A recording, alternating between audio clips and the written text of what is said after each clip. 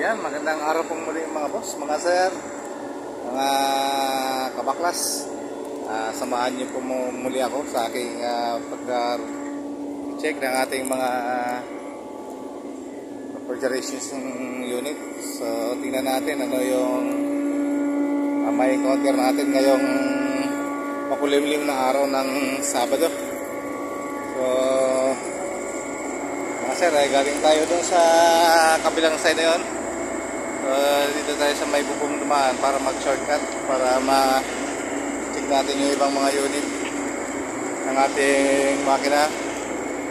So umpisahan muna natin dito sa kung okay lang yung ating mga unit. So far ito naka-defrost to mga boss.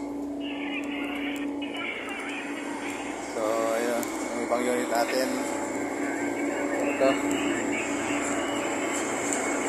yung mga blast fixture natin na retas yung capacity. So far okay naman. Yan yung mga side glass. So nag-iipit naman.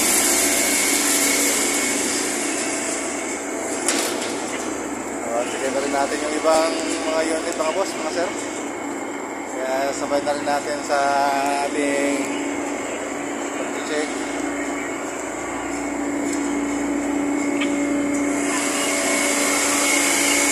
So ating pressure sa pangalawa. So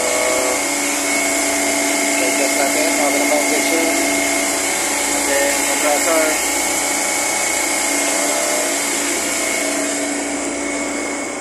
Naman yung kanyang adar. Tayo sa mga unit. So mga boss, ito yung aming daily routine.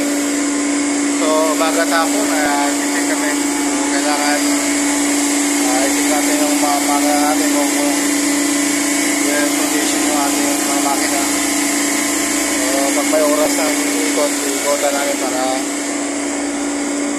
ma-anticipate natin yung mga problema o trouble na pwede natin i-counter magapan natin. So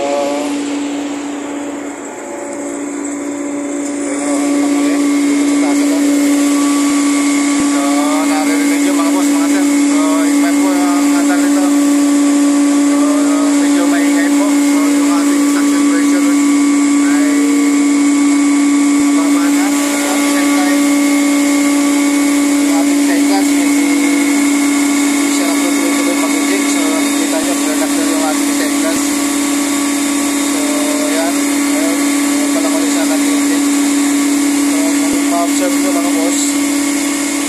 Pag nag-i-check po siya, kaya nag-i-check yung ating setlas, nawawala yung kanyang vibration.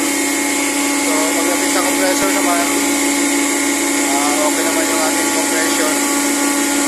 Normal naman yung ating compressor, wala namang vibrate.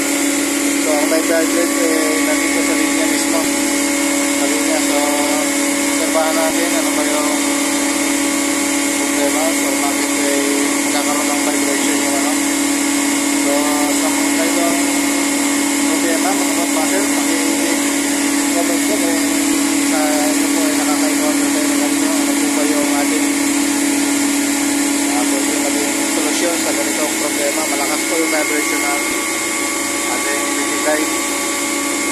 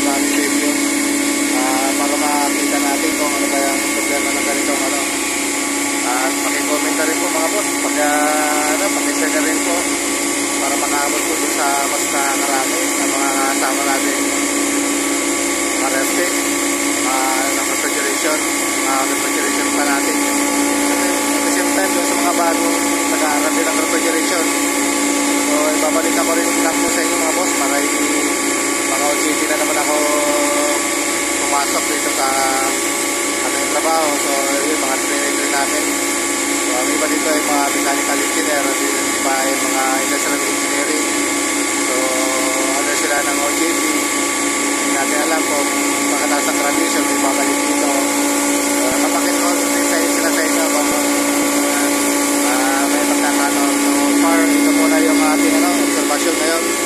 Isang unit na medyo kakaiba yung andar.